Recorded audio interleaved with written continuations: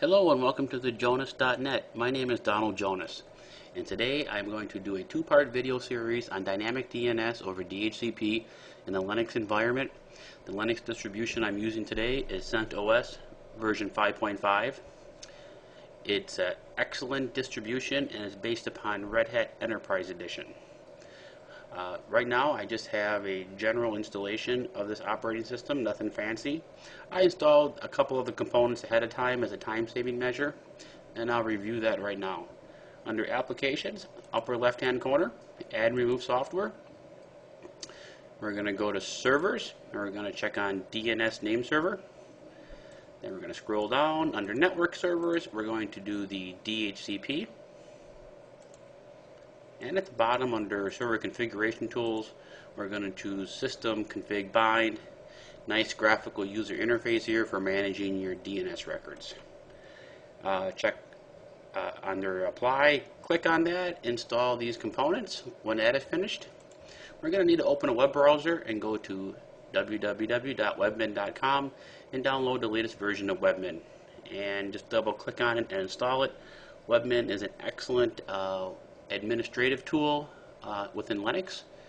It's free to download, and it uses your web browser, kind of giving you a graphical user interface to manage these services in your Linux environment. It's a pretty good, in fact it's an awesome tool. Once you start using it, you really become dependent on it. I like it a lot. Alright, one last component here, and we're going to open a terminal, and I'm going to paste this in and give you a second to read this. It's the CH root component, and let's install it.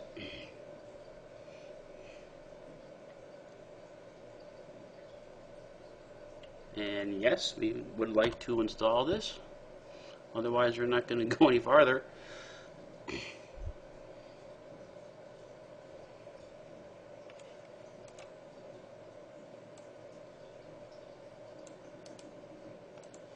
Excellent, that is now done.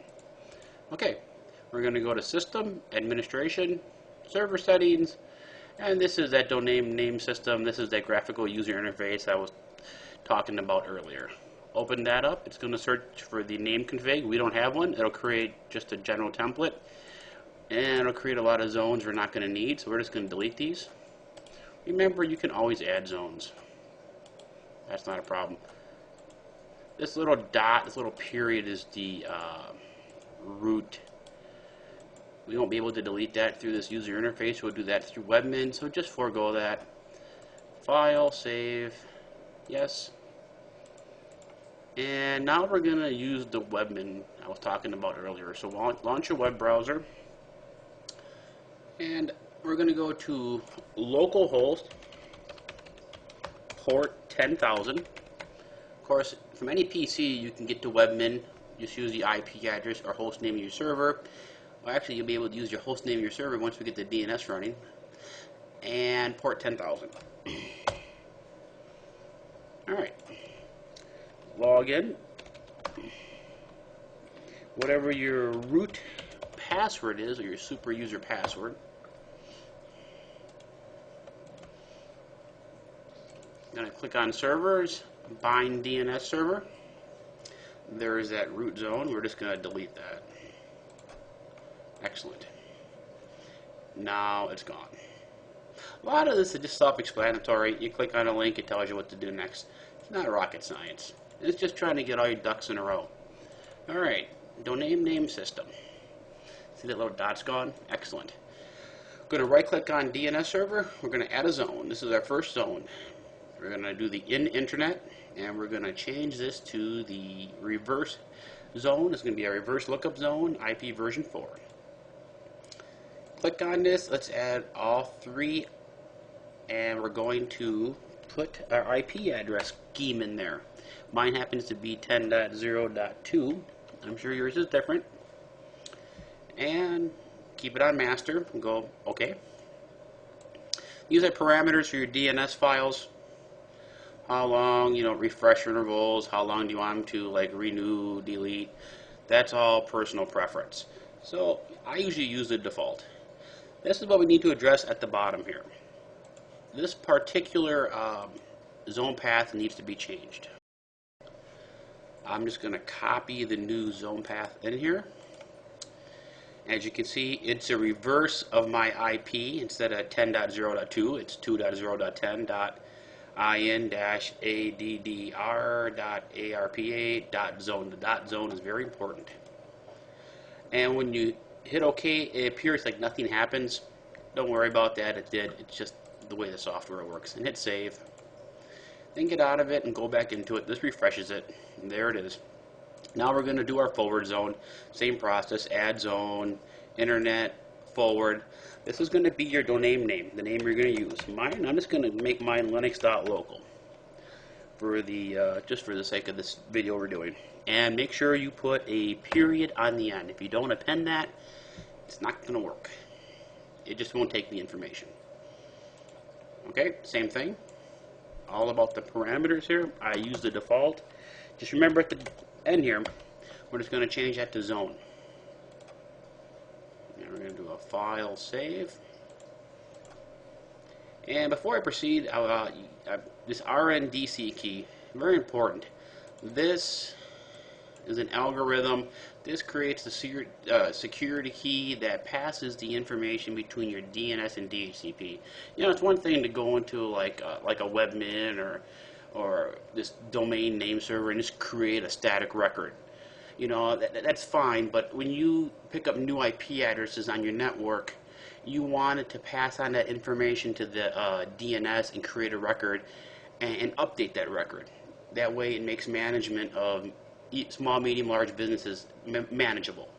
So this is the key that passes the information securely. And this can be changed at any time. So if you feel that your key has been compromised, just click on it, create a new key.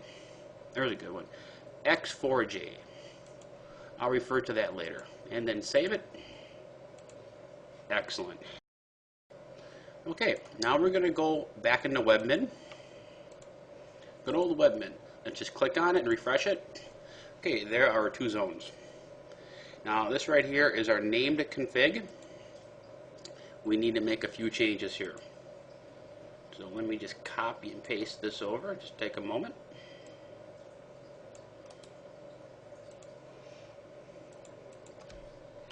Give myself a little bit of space, some working room here. Give you a second to type that out. I don't think it's necessary for me to read it out. Just trying to do this video in a certain amount. I only have so much time on this YouTube video. Remember, the pause button is your best friend. And I'm going to make a little more room here. And I will paste that. Make a little more room.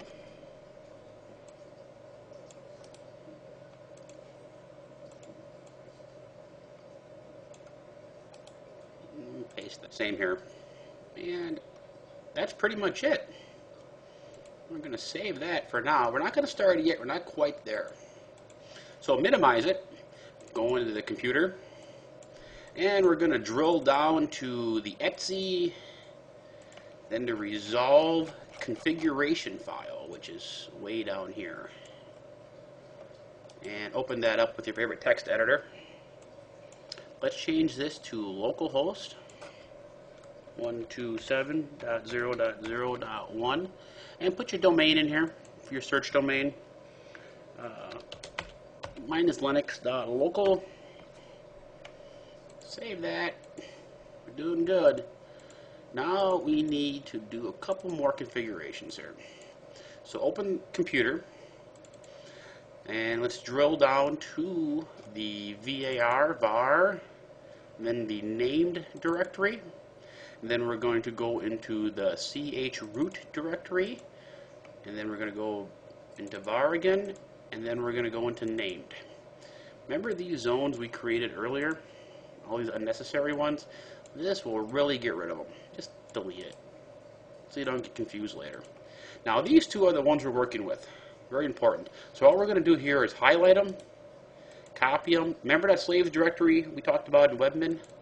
Well, we're going to paste a copy into there. So we're going to have working copies here and in slaves. That's pretty much it. I mean, this is very simple so far. Nothing really other than just copying and pasting and moving stuff around. Now we got to set a few permissions on those folders. I'm sorry, those files. Open up your terminal, and we're going to move to that directory, which would have been the named/slaves directory. CD var named chroot var named slaves. And let's just set our permissions real quick on those files. chgrp space named asterisk, and one more.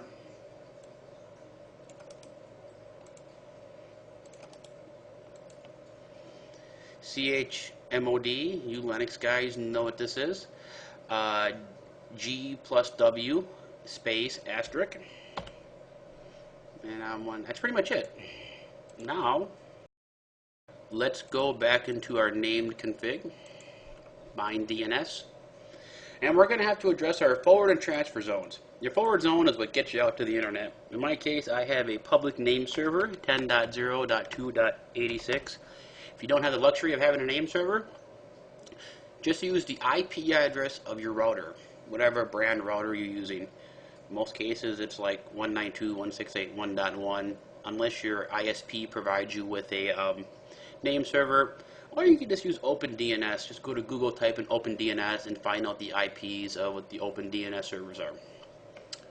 Save that. And now for the big test.